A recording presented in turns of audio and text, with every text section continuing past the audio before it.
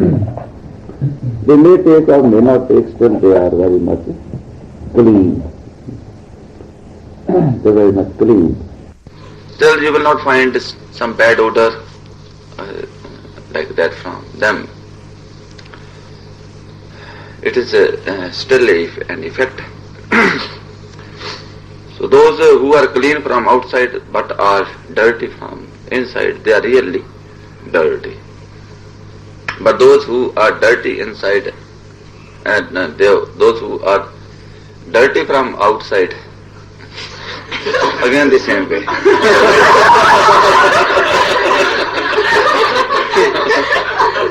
Those who are dirty from outside and clean from inside, they cannot be told as dirty. Because something superficial is dirty, but really they are not dirty.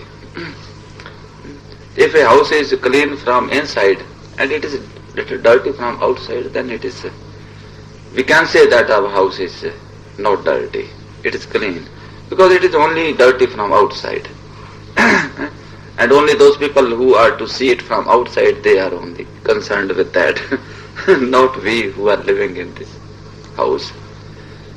So, the house in which we are living, that should be clean from inside. That is the most important thing.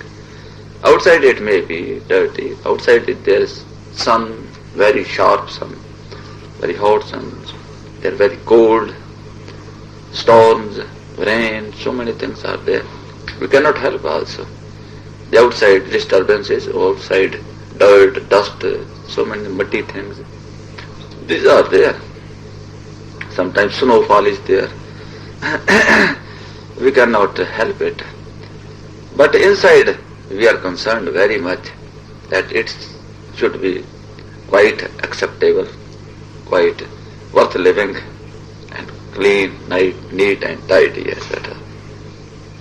So our body, it may be not so clean from outside, but inside it should be very clean. Then we can say that we are clean. Outside we may not be so clean, but it is not good also to be dirty from outside. Outside we should also be acceptable. I found one person in Punjab, I think somebody would be with me. He was not very well clothed, a little dirty, and he came in the same condition to me.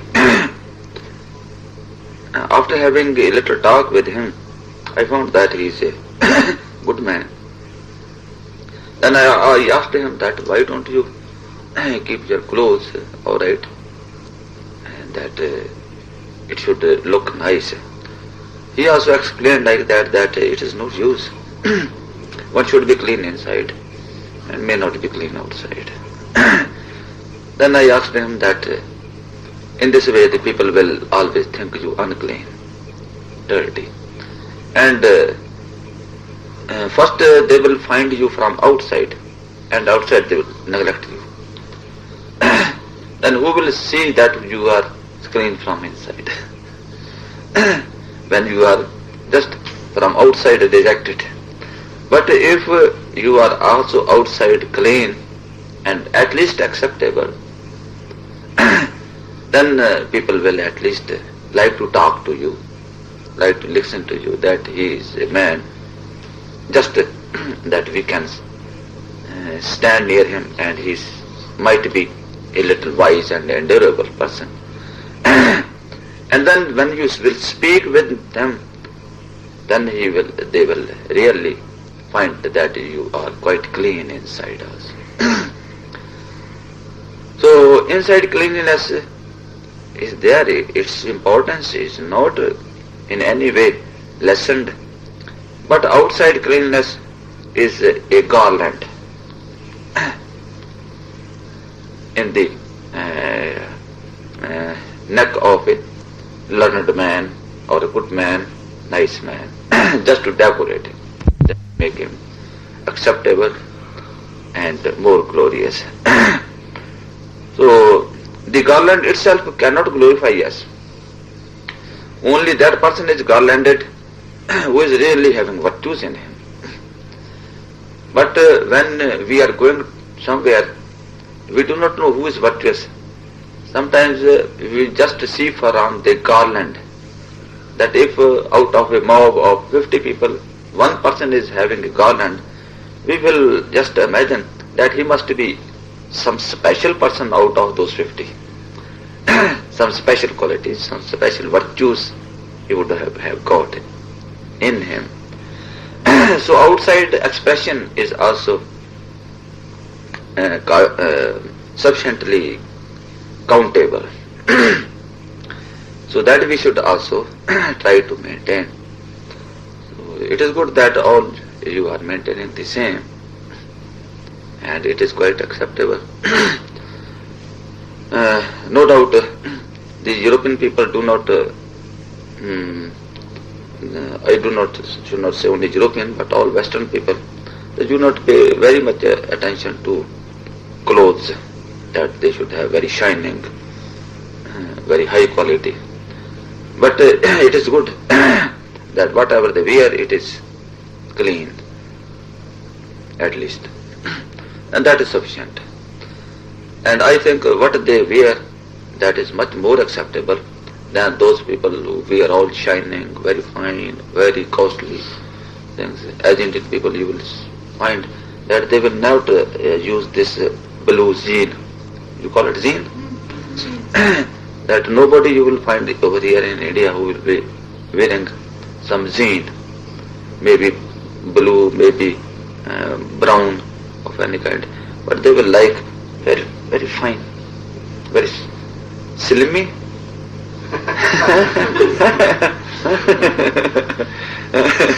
Clothes. They are very much particular about their clothes. Very much particular. If there is a little crease, not good, then they will reject it. They will have first try to find if it is all the best. Very nice. This is not agreeable. One should be simple, but just acceptable. It should be neat, clean and tidy, and not so much glorifying. Our glory lies only in our glory. That if we are glorified with our own abilities, own competencies, may these be at the level of body, mind and intellect. But really we are glorified when we are spiritually lifted up. The spiritual glory is the permanent glory, and it glorifies everything. The body, mind and intellect, it takes very much time, very much labor, very strenuous efforts to train them and to make them virtuous. But it is easy to develop spiritually. And then everything is glorified in itself. Because soul is itself complete in itself, and it can glorify everything which is connected with it. But outside things cannot be of special use or appreciable use. To illustrate this reality, the third Guru of Sikhs, he was there in his disciples, and a man, he was ready to go to take bath in a river Ganges after having a pilgrimage of about 200 or 300 miles traveling. Then master did not object him. He accepted, all right, if you like you can go. But he gave him a fruit, sour fruit, which is not sour but it is bitter. It is there in India. Sometimes you would have seen some saintly people with that they have a pot made of skull of a fruit. It is just like this. Inside it, that inside thing is just taken out, and the outer skin, which is about half centimeter thick, that's quite strong, and they use it as a pot to take water or anything else. It is very light also. So that is specially very bitter inside. That is not used for the purpose of eating, but is only planted for special use, only to use it as a pot. That inside thing is taken out, which is bitter, and only outer skin, which is quite hard like wood, that is accepted. So that master gave, or that you take it to river Ganges and also give it a bath over there and then bring it back to me. That man accepted as per its orders of the master, that he will be able to serve the master and have his pleasure. He went over there, he himself took a bath, and also he remembered that fruit is called tumbi. He also gave some dips also to the tumbi in the river Ganges, and then he brought back. When he brought, it was presented to the master in the audience, and master was very happy. All right, you my dear friend, now you cut it into pieces, and then we may distribute it to the people as a prasad from river Ganges.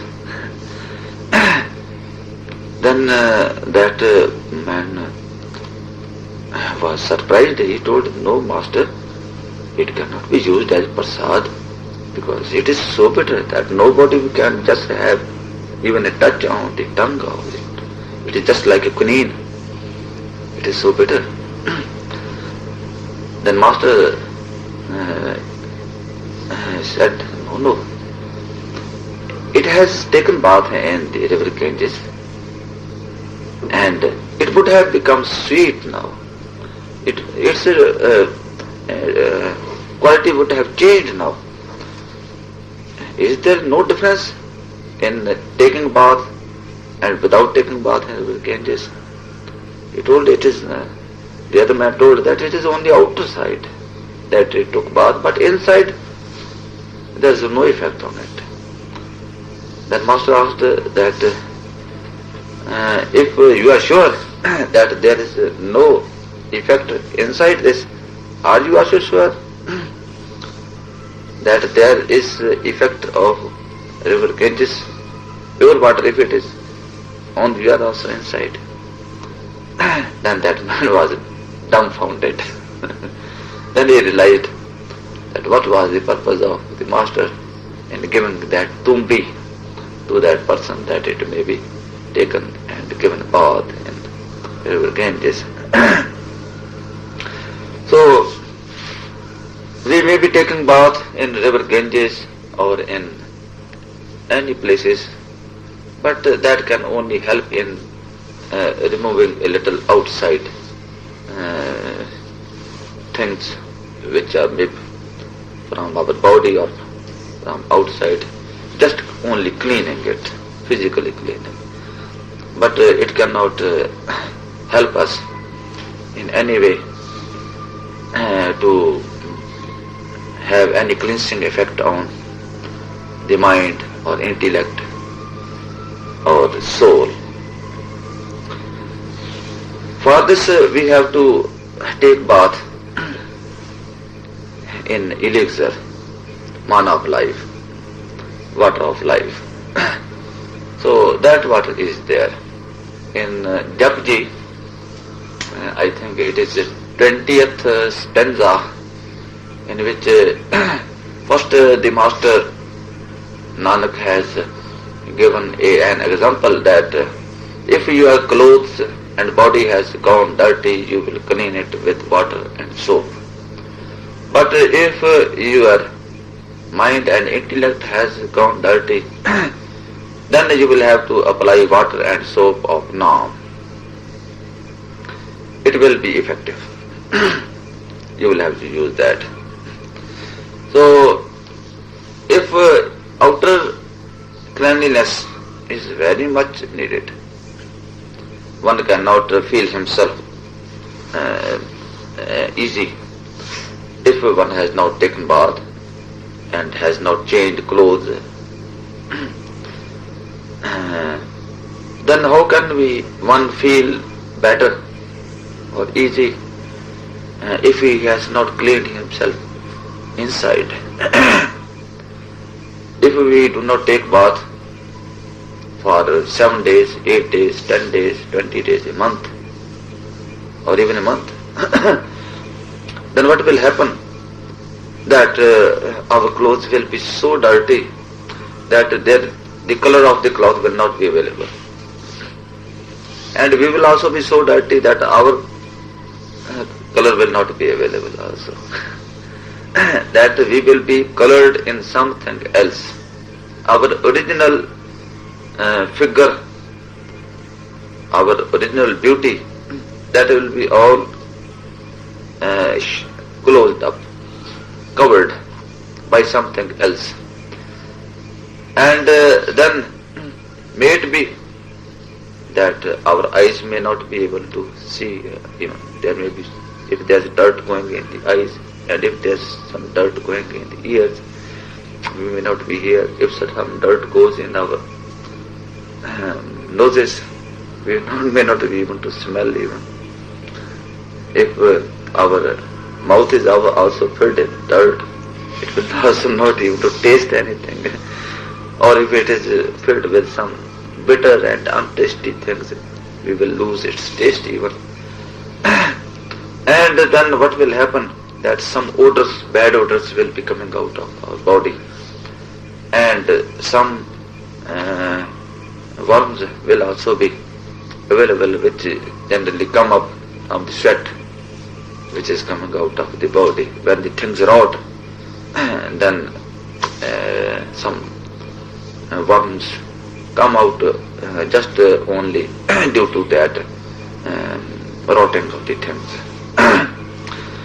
So all these things will be there if we do not take bath even for 1 month.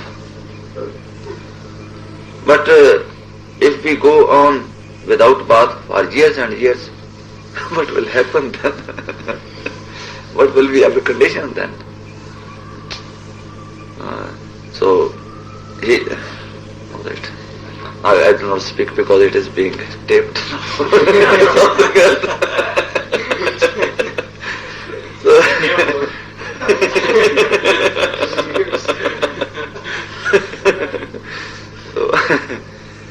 Now this is the same condition with our mind and intellect and also the soul.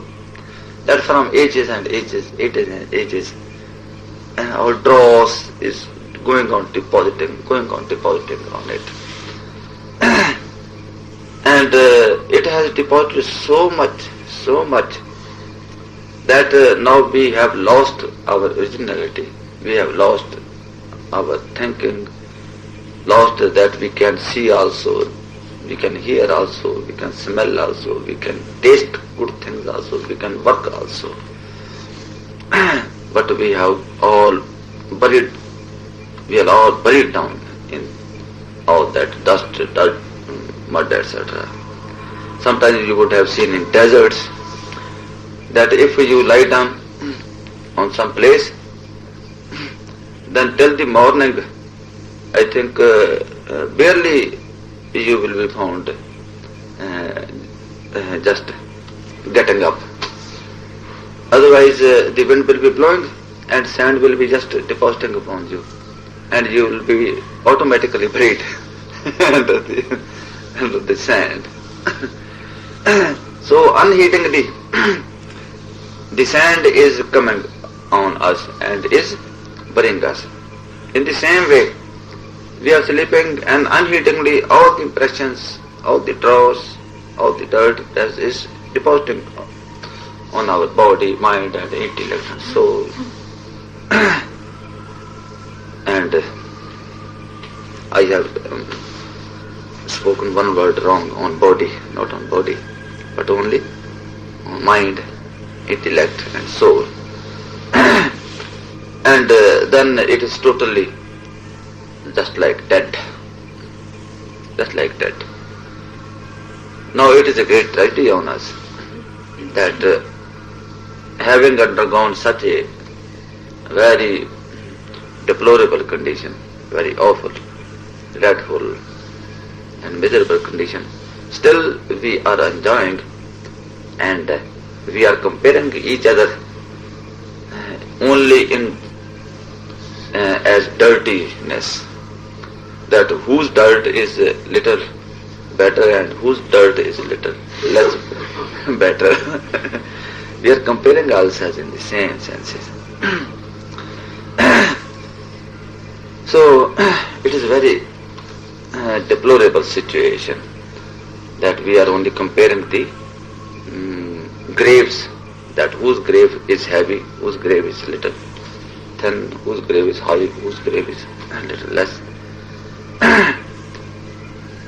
And we are trying to improve only what is deposited on us, but we are not trying to expose ourselves and that we may come out and may shine in ourselves and leave all that dirty things which are of no use, which have no competency, which have no virtue in them.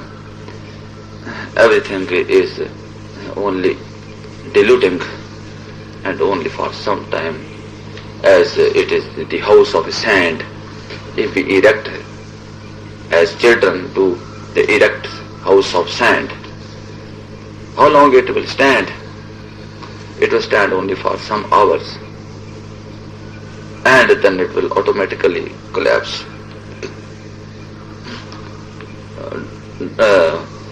Grain by grain it will be losing itself.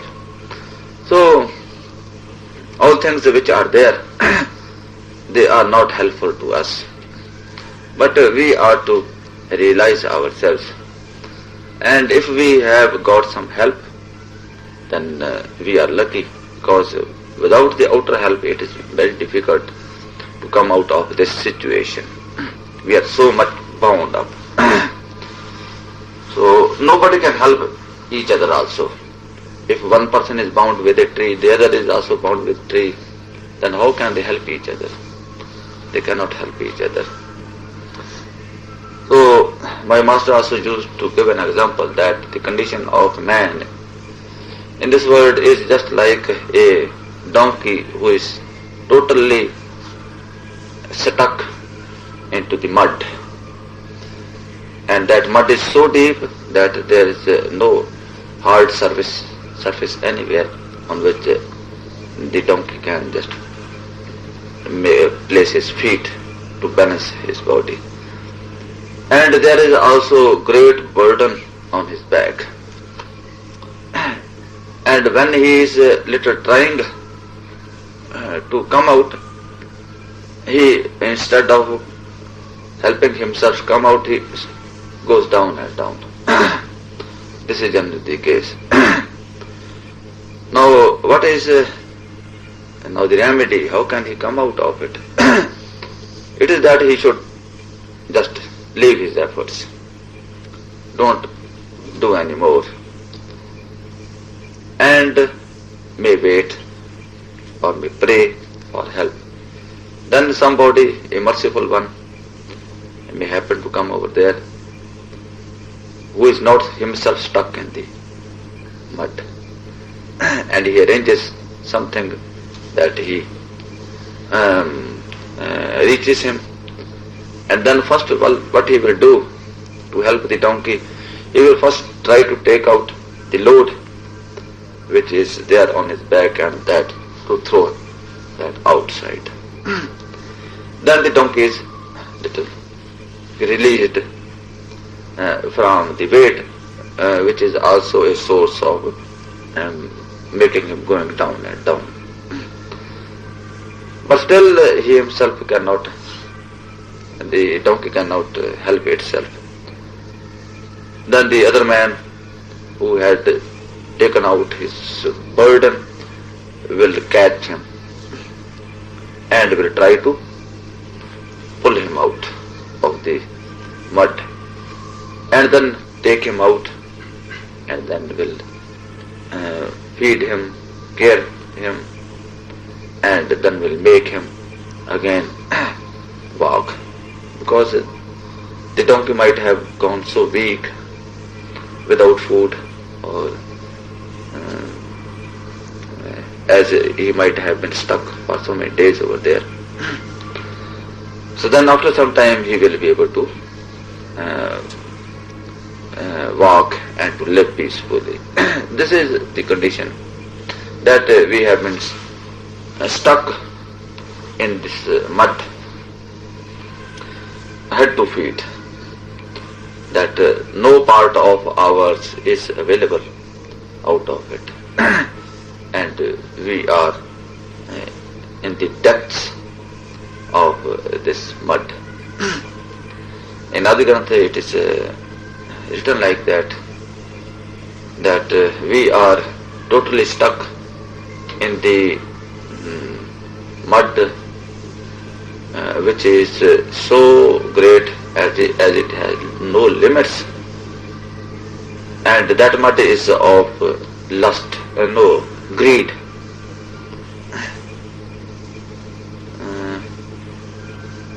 No, not greed, but attachment, as it is written over there.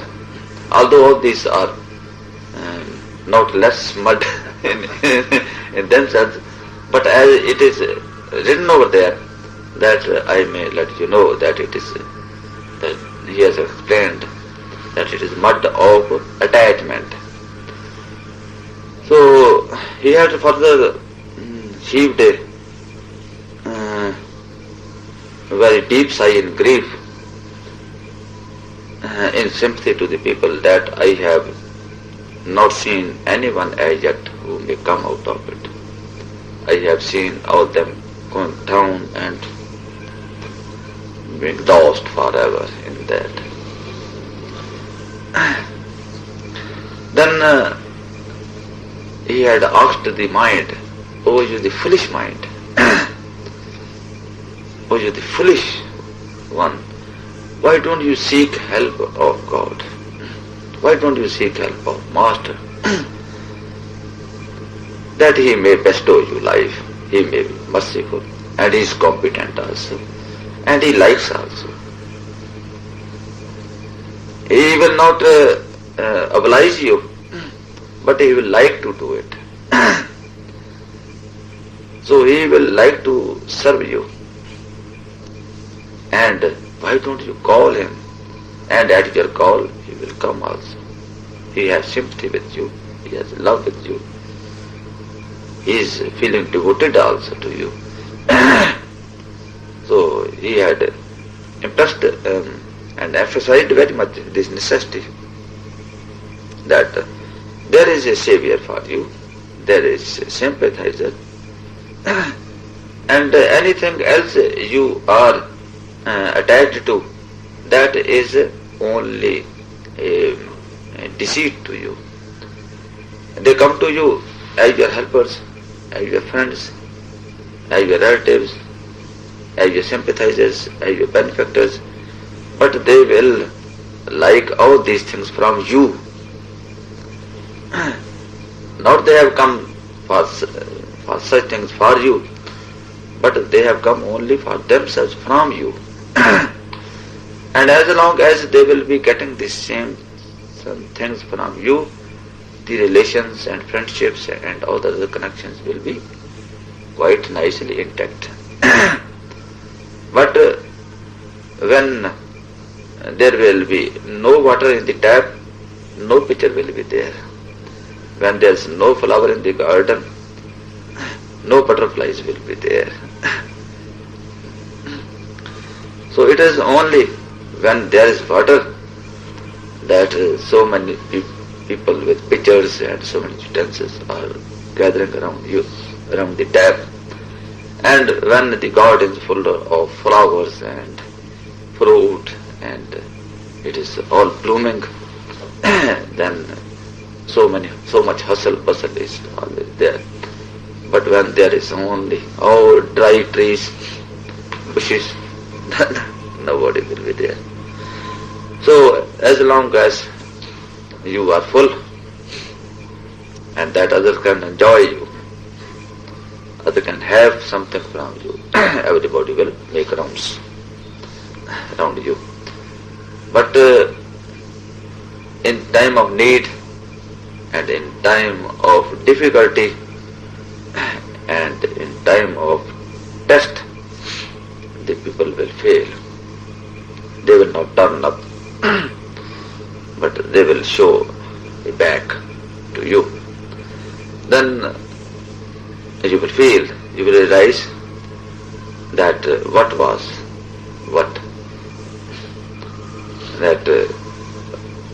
what you found and what they expressed, was it a sincere thing, or it was only something which we could not understand at proper time. Then we will really find that God power is there, which is always on our help. So we are not to worry about anybody. We are worried when we are misled. But when we know the things and we accept this as they are, then we are not worried about anything. Then it is okay. So when we find that this train will lead us to our home and it is a through train, then we reach the home. But if we ride on a train which doesn't reach our destination and we just consider that it is going to our home, then when it stops in the way, then we are very much in trouble, very much worried. But the third case, that if the train is not leading to our destination, but at the very beginning we come to know that it will not reach our destination, even then we ride on the train, then we will not repent. We will not be in trouble. We will not feel in any way troubled, because we already know it, that it is like this. And then we would arrange like that when it will remain in the way, how we will be managing ourselves. We would have planned it already. So when we know the things in reality, then we plan the things accordingly. But the thing is terrible when the thing is not the same as it poses, when it misleads us, misguides us, misrepresents us. That is most troublesome. If I ask a person that tomorrow we both are to go to Calcutta, but I have not so much money with me, he tells me, all right, don't worry about it, I will arrange the money for you. Then I am worryless. Then I will go to the station and he will also go over there. We will ride the train. But when in the train I will ask, all right, you would have brought money for me, you please give me. Then he will tell, oh, I could not arrange. It was difficult for me. He will make some excuses like that. And then you will find very much troubled, very much troubled. Then I would like to say that if you could not, or you were not in a position to arrange, you would have told me first in advance, then why didn't you told me at that time your helplessness? Then that would have been better. That if somebody cannot do a thing and he says that I cannot do, it is all right. But you cannot do and he says that I can do, that is much more dangerous, very much awful, dreadful. So, the things here in this world are working in this manner, that the things will claim that we are sympathizers, we will stand at all places beside you, we will never leave you, we will be always be there on your side in weal or woe, whatever the thing may be, day or night, ups and downs, I will be with you. But after some time, those words, they fly away in the air, and this leather mouth and leather tongue is there, and it has no record on it what was said. And then one can say the reverse things at the next moments. So that is generally possible. That is generally happening. So if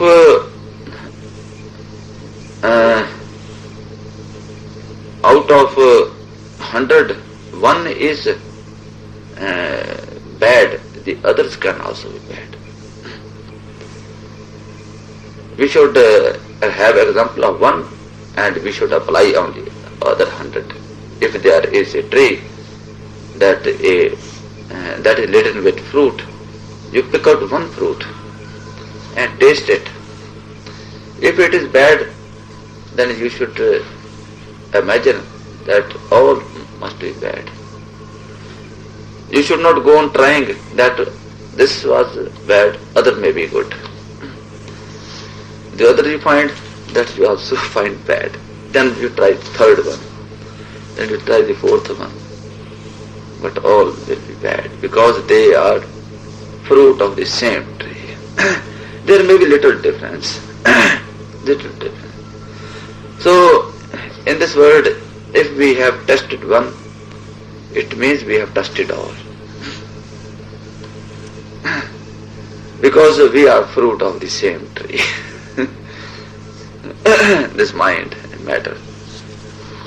So then we should advise that we should find example, not our own bitter experience for ourselves, but from others we should find some experiences. And then we should arrive at some decision that what is the foolproof decision. There are decisions which are foolproof, which will always be there. That decision will never go wrong. Then we should take that decision. We should work for the worst. We should think for the worst. Then we will be happy, and then we will be easy, and then we will not be in difficulty at any time. But generally we are very much, I think, positive thinking and oversure, and then we are in trouble, and then we find ourselves in difficulty. And the difficulty becomes really much more difficulty when we realize the things at certain times when there is no further scope of improvement or some other choice, etc. We are fixed up in the things. So the things in this world, these are there as we have got, and the relations which we have got at this time, these are there. These will not go loose, or these will not go bitter, and these will not lose love, and these will not lose nearness if we realize the reality. But But these relations which we try to keep with artificial love and artificial bindings and artificial made up virtues in ourselves, affections, these are certainly to collapse after some time. So this will be really troublesome. But if we find that suppose there is a couple who joins together, now the husband also knows that there is always possibility that my wife can leave at me at any time. She may be unfaithful to me. And wife also thinks like that, that there are chances that there may be change in thought after some time, that circumstances may change, and this may be after some time. Then the people do not expect that one will be true to the other, and the other will not think like that, the other will be true to him. Then they will have a realization that at least I should be true to the other, just for the sake of going on. And if somebody commits a mistake, then we are not very much caught enough, because we know that there might be a mistake. Then we ignore it. But when we are very much having confidence on someone that one will not commit any mistake, then we are very much in trouble. And then there are conflicts also. But if we go along realizing the things that they are not certain, then we have no worry about those. And we can go along more peacefully, more smoothly. As we find with the children. To the children, we always expect that they may do something wrong. They may not be sincere. They may do something bad. So they do something bad, and we say that they are children. That they are children. Forgive them. We still love them. Then this will be the case. We should open out the reality and do not what do you say, pose yourself. This acting and posing, that is more difficult. At the connections, we are very much emotional. We are acting and posing very much. And that emotions and acting and posing, that goes away after some time. And only sincere reality that can stand. So we should be sincere, and we should be finding outside reality, and then we may remain together, we will be happy, and we may separate, then even we will be not troubled, we will be happy.